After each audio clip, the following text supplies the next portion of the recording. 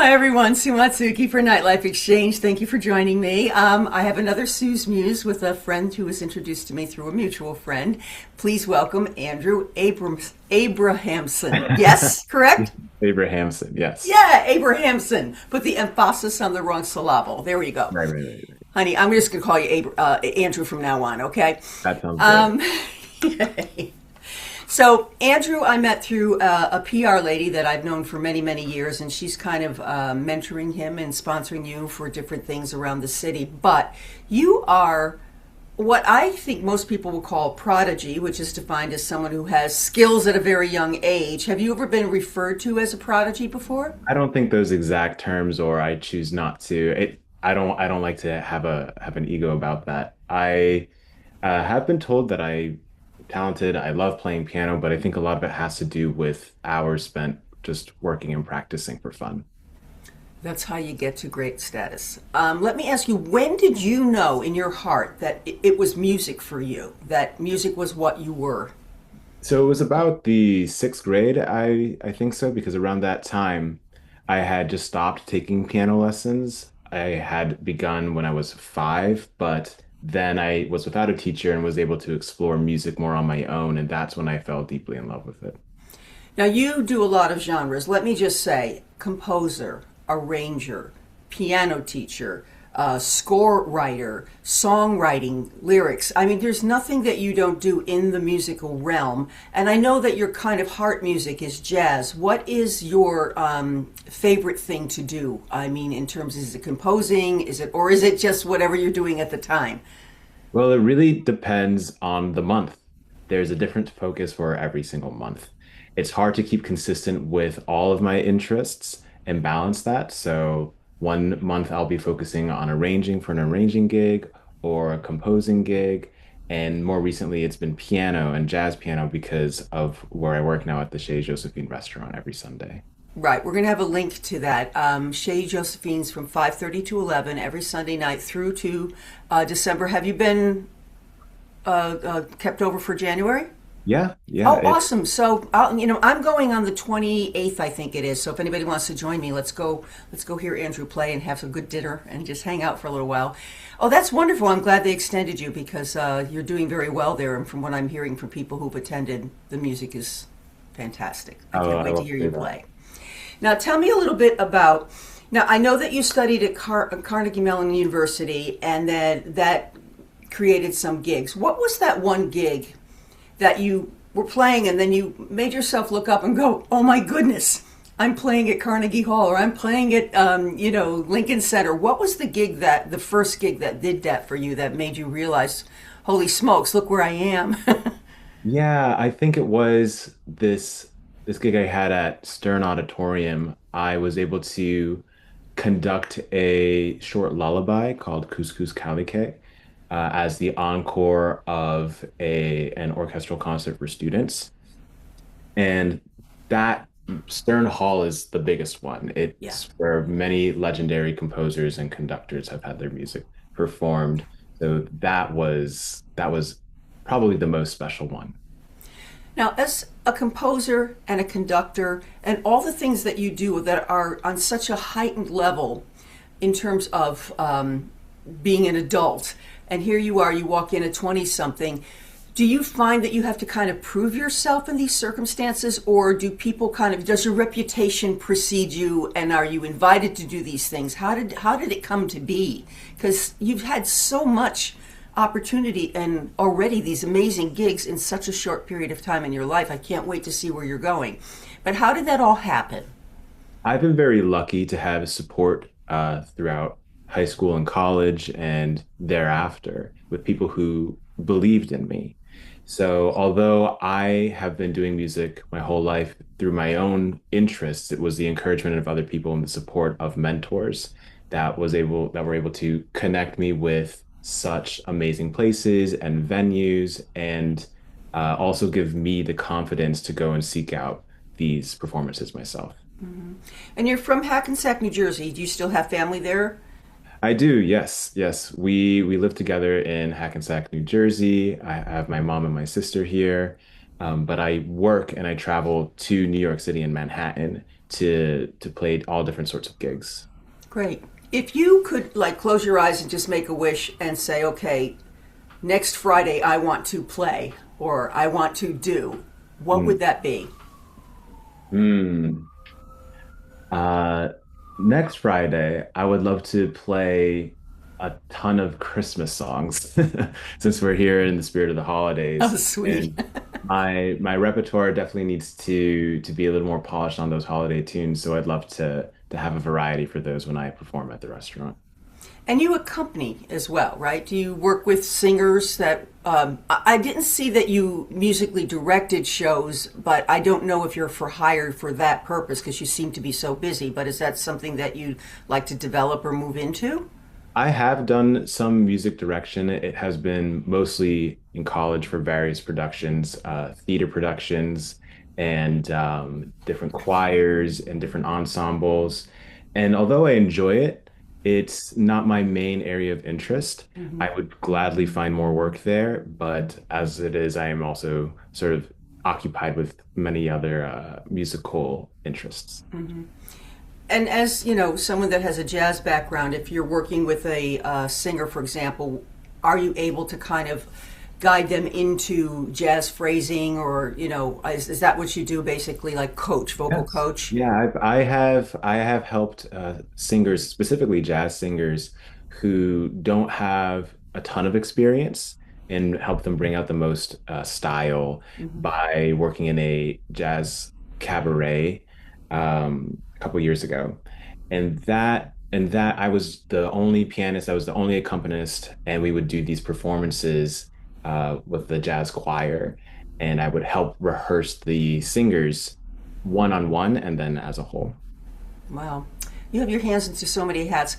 I myself I call myself a jack of all trades and almost a master of all because I like so much of everything that I do that it's hard to really be perfect at that or perfect at that. And of course, we can never be perfect at anything. But you seem to have these heightened skills for all these different areas. And one of them is the composing. And you've done several scores for different movie projects. I mean, I saw Kingsman on there and I saw Shall We Dance. Tell me a little bit about how you as a 20 something got pulled into a project to do these kind of major movie compositions and scores. Yeah, Wow. let me clarify. I did Okay. not write the music for those.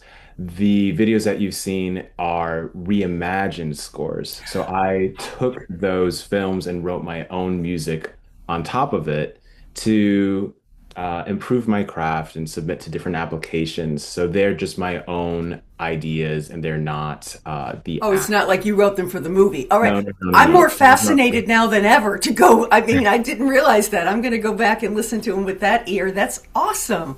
What would possess you to do that? I mean, it's just, Yeah, I would apply to different competitions and different colleges, and uh, I've really enjoyed the process learning of how to do film music because it's very different, and you have to use different software.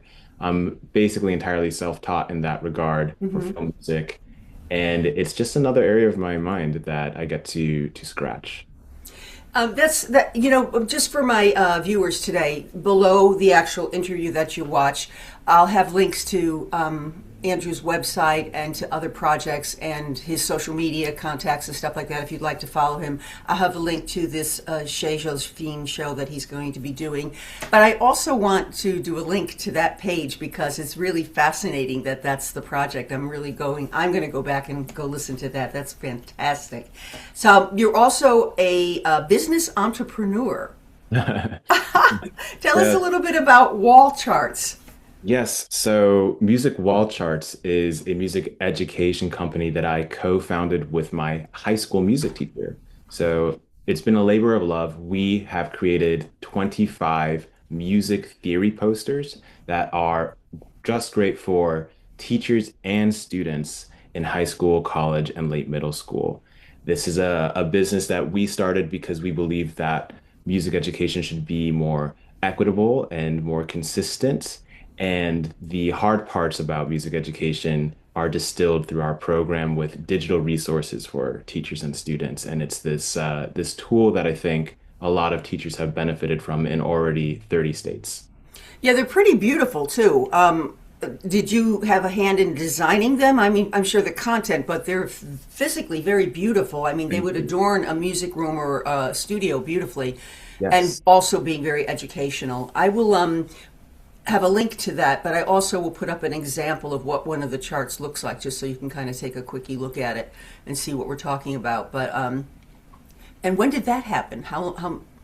So after I graduated college in 2018 and I got another year-long degree in AMSC in 2019, then COVID happened. And although I wanted to dive into performing and doing more of what I'm doing now, I couldn't. So I took advantage of that opportunity with my high school music teacher at Alistair.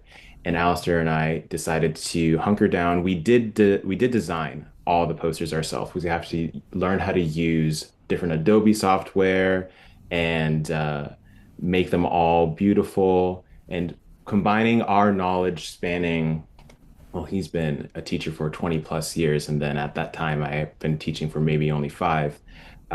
We've combined our intellect and our design capabilities and produced something that I think a lot of students and teachers will benefit from. What was some of the best advice you ever received from a mentor, a teacher? It doesn't have to be specifically towards music, but just in life that you kind of hold to your chest and that you would offer to someone, say, that you were mentoring in the future, that kind of kept you on the straight and narrow?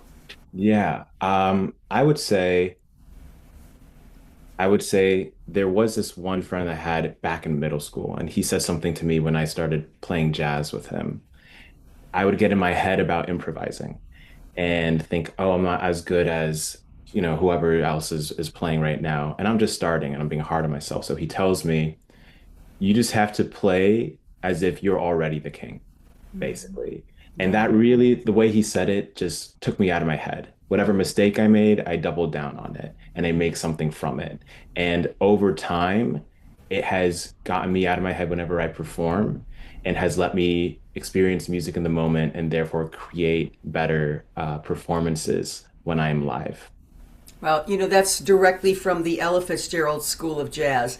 Ella used to say that if she didn't allow herself to make mistakes even during live performance, that she never would have gotten to the point where her improvisation was so good, because to not take risks means you don't get to that genius place. I always embraced that. And then my other girlfriend, she was so funny. She goes, she made this like clam note she was singing. It was like, eh. And she looked at the audience, so she did it again, eh. She did it again, and she goes, jazz, three Yeah, times. yeah, yeah. And I just thought it was just the most brilliant thing to do on stage live, is just to own what happened. The audience knew, and go for it. And as we all say, three times jazz. So that was kind of cool. All right, winding down here, I want to know what's in your near future, separate from playing at Chez Josephine's, which I will have the dates up and everything. What do you have planned for going down the road? Are you going to be appearing any place? Would you like to appear someplace? Is there something going on in the city that you'd like to be considered for? Let us know.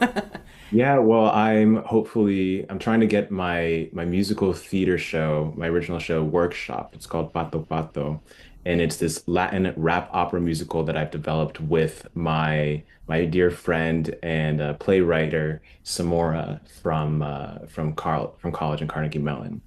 And that is one of my main goals, is to get that workshopped. And then the second one would be to finally finish my EP that I've been working on for a few years. It's a blend of indie, pop, and folk music. And I would love to perform that so that I can have a different genre that I'm engaging with outside of jazz, which I also love. So Okay, those. you don't know me very well, but they kind of jokingly call me the godmother of cabaret, because I put my Oh, hand in here, I put my hand in there. We're going to talk off screen. I have a couple of ideas of how maybe I can help you network that. yeah. But you're such an impressive young man, and I can't wait. I mean, I haven't even heard him play yet, but I have it on good authority that he's pretty special. And I wanted to get this up quickly so that we can get people to start coming in every Sunday night to Chez Josephine's, which is right across the street from the Laurie Beachman Theater, kind of, sort of. It's, or Ollie's, on 42nd Street, right off of Ninth Avenue. Yeah, 8th Avenue. 8th. It's between 8th and 9th, but closer to 8th Avenue. So I will be there on the 28th, and I hope I see you. You are up on the 28th, right? Yeah, every Sunday. So I will be there on the 28th, and I'm going to get there for about 6 o'clock, and I'm going to stay for the evening. So I can't wait to hear you. I think Jan's going to be there too.